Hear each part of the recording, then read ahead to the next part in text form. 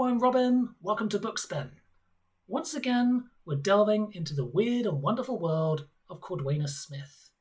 And this time, we've got a cosmic tale of legendary romance in The Lady Who Sailed the Soul, first published in Galaxy magazine, April 1960.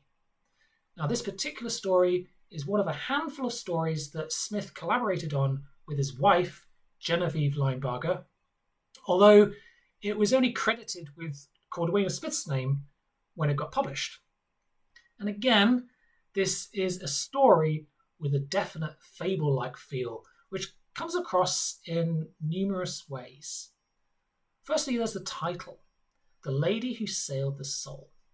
And I think for this kind of legend, it's quite poetic, I think. This title encapsulates the essence of the story in a literal and a metaphorical way. This is the story of the first woman to sail into the stars, which is both a physical voyage and an emotional and spiritual journey of heroism and sacrifice. Secondly, this story unfolds through a frame narrative, which kind of adds to the legendary feel, which opens and closes the story. So within this frame narrative, we've got a little girl who's talking to her mum, and she asks her mother about the sailors of the past. And her mother explains that in the past, people used to conduct interstellar travel using solar sail-powered spaceships with immense sails before planoforming was discovered. Now, it's never explicitly explained what exactly planoforming is, but it seems to be a form of FTL travel that has superseded the solar sail technology. So it's the sail ship technology which is the focus of the story and the legend itself. And I find this concept quite intriguing. It reminded me a little bit of the Staircase Project in Death's End, if you've ever read that. But anyway, on to the main story itself, the legend, if you like.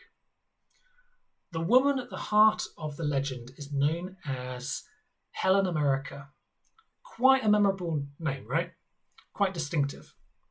Her job, which she volunteered for, is to transport thousands of people who have been cryogenically frozen across the vastness of space using a solar sail spaceship so that they can settle on a new world, which is known as New Earth. And this is a really long, epic, 40-year journey, unbelievably long, which she has to conduct by herself. But the interesting thing is, the instrumentality has a special drug which they can use on her, which reduces her subjective experience of time during this voyage. So it gets compressed into 1 month, right? So it's 40 years of objective time compressed into 1 month of subjective time. And during this whole time, she remains conscious. But it just feels like a month.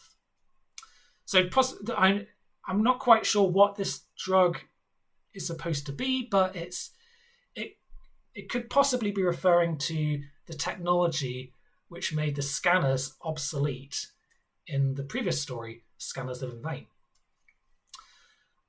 So we've got this epic voyage, and alongside this narrative there is a romantic interest going on with another sailor who has taken the same journey before her, and he is called Mr. Grey No More. Some great names in this story, right?